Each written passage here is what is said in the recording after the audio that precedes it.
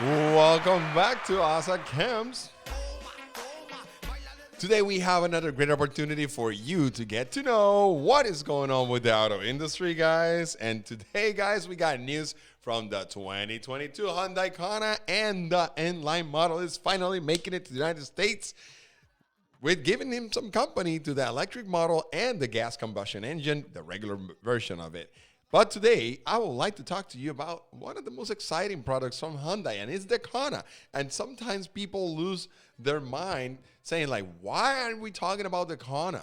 Because it's a small, it's just quirky, it looks like funky, but it's a very good product from Hyundai. And before that, I would like to remind you to subscribe to Awesome Camps. Smash the bell button, because without the bell button, you will not get any notification from Awesome Camps. Follow me on Facebook. Check me out on Instagram, the coach_Oscarillo. Like this video, become part of the community of Awesome Camps, and do not forget to leave your comments down below and share your content with your favorite social media. And before that, guys, the Hyundai Kona made a splash in 2014 as the newest and smallest compact crossover SUV or crossover UV, cross SUV, or I don't know, UV crossover utility vehicle. I don't know anymore, guys. It's just another vehicle in the auto industry that is going to use the UV at the end of their lettering. That's how it is, guys. We don't know what else to name this. Anyways, we've been discussing that for a long now. Well, the Hyundai Kona is going to come with the electric version, and this model right here, the Hyundai Kona N Line, which to me is going to be a really good proposition from Hyundai, because we like hot hatchbacks in the United States. And now with the Honda Civic Type R, we had demonstrated that we love that vehicle. The Volkswagen GTI and the R version are loving vehicles in the United States. And also the Ford Focus ST and the Ford Focus RS. And then also we had now the WRX STI back in the 2000s. And Toyota is coming with the Corolla GR or GRMN, the German Corolla. No, I'm just kidding. It's coming to the United States as a hot hatch. And this Hyundai is going to bring this amazing, quirky-looking, subcompact crossover SUV. That was a mouthful. I even got tired saying that, but it looks gorgeous to me. I don't know. For some reason, the quirky looking on the front end is very, very appealing to the eye.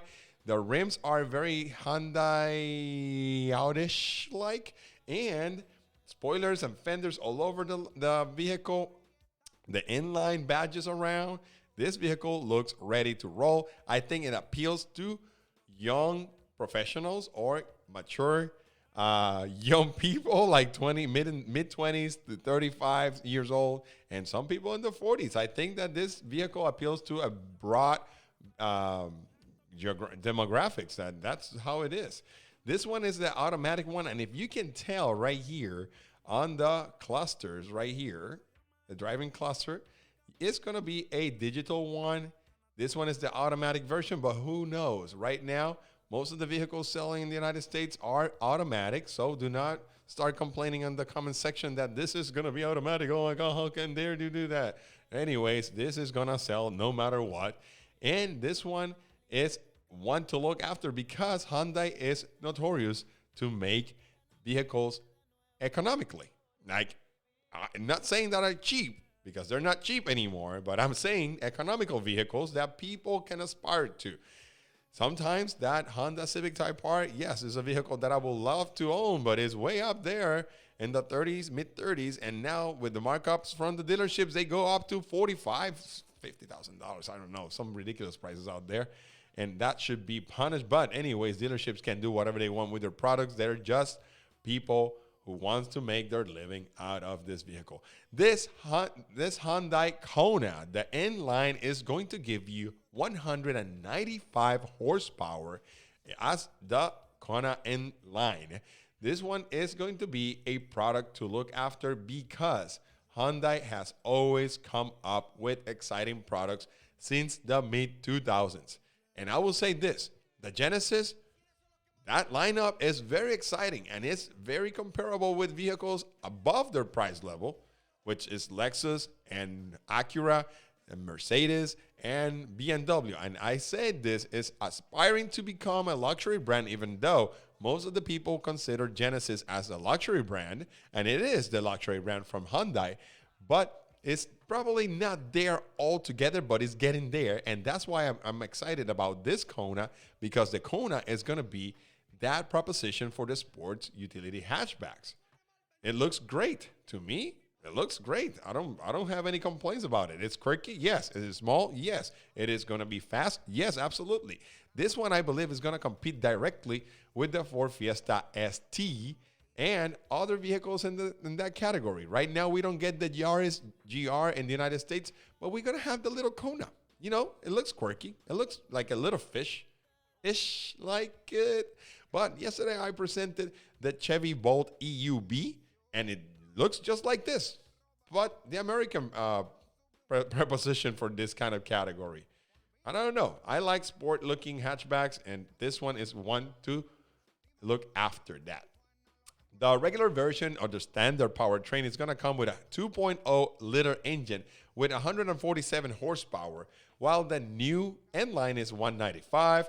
There also is going to be the Kona Electric. Let me see if we can find it right here. I think it's this one, the Kona Electric EV crossover. Same new face, same EV crossover. This one is going to come with around, let me see the range, 258 miles of range with 201 horsepower and 291 pound-feet of torque. And this is the electric one. I don't know if the electric one should be named the Kona N Line. What do you guys think? Maybe the Kona N Line with the electric version? Since now SRT in the United States is saying that they're going to keep making SRT vehicles, and they're more than likely going to ditch the V8 engines, and they're going to rely on electrification of the auto industry in their vehicles and lineups, and SRT, maybe Hyundai, maybe other companies should name their sport versions of these vehicles as their top line in the electric market. Maybe that should be. Like, some electric vehicles are more like fast and furious than other vehicles than in the gas combustion engine. So we'll see. This one says that the electric version is going to give you 10% battery charge to 80% battery charge in 47 minutes in a level 3 DC fast charger, and in a level 2 should give you up to, in over 9 hours, it should give you 100%. So in 47 minutes, you get an 80%. That's pretty decent right now. 80% out of 258 should be around this 200 miles per range on that one. So, and again, I'm not gonna get tired of saying that the electric vehicles should be economical and should make it to the masses. And this one, I seen this one on the roads in Europe, in the United States, and it looks very appealing. And more than likely, I don't know even the price. Let's check on the price on this one. The Kona Electric Kona should be in what price range is this one? I don't think it's above $25,000, $26,000. Maybe in the 30s if I'm not incorrect. Enters the 2022 in a better position to take on the sub-Tesla's competitors, and such as the Chevy Bolt EUV. So this should be in the $30,000 price range. I don't have any price range right here, so I don't want to lie to you, but it should be between $28,000 to $30,000 if it's going to compete directly with the Chevy Bolt EUV. But what I'm excited about is that it looks good. It's been proven. It's out there. It looks like a regular vehicle. It doesn't look like anything out of this world. Dimensions are very practical. It will be a vehicle for the city, and also with some range to go a little bit further out and outside of the city. And it looks good. It's Hyundai. Hyundai has come a long way since the 1990s, and it should be a vehicle that you should consider. And this is the N version. This is the one I would like to look for. They should make an N version electric or electric N version.